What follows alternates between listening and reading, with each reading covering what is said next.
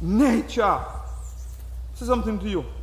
Nature said it is impossible for you to take an XY chromosome and reproduce an XX chromosome, but it happened often, as you see the result, that an XX, it has to go to an XX first before it become an XY.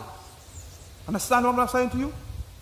I'm saying to you, within the mother's womb, baby is an XX first for at least up to 8 weeks before it turn into an XY if it become a male.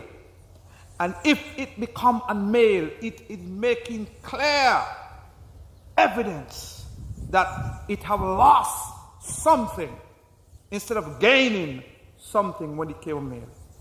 Anytime it turned from XX to XY, it lost something. Look at it and pay attention.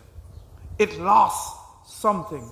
We need to humble ourselves as the masculine, humble ourselves as male, and understand and comprehend female is wholeness of human. Wholeness of human is XX.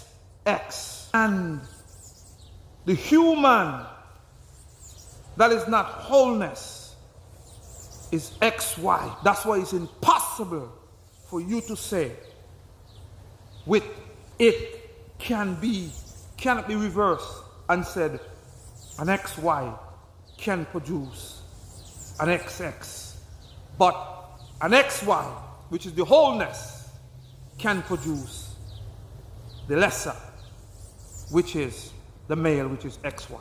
Male, the God of creation, which is feminine from the beginning, in blackness, and comes and manifests itself in the physical, showing us and demonstrating with us the shadow and the manifestation of things as in darkness, manifestation in light in substance, which is XX is the fullness of human, and XY is the lesser human, which is put here to help the female.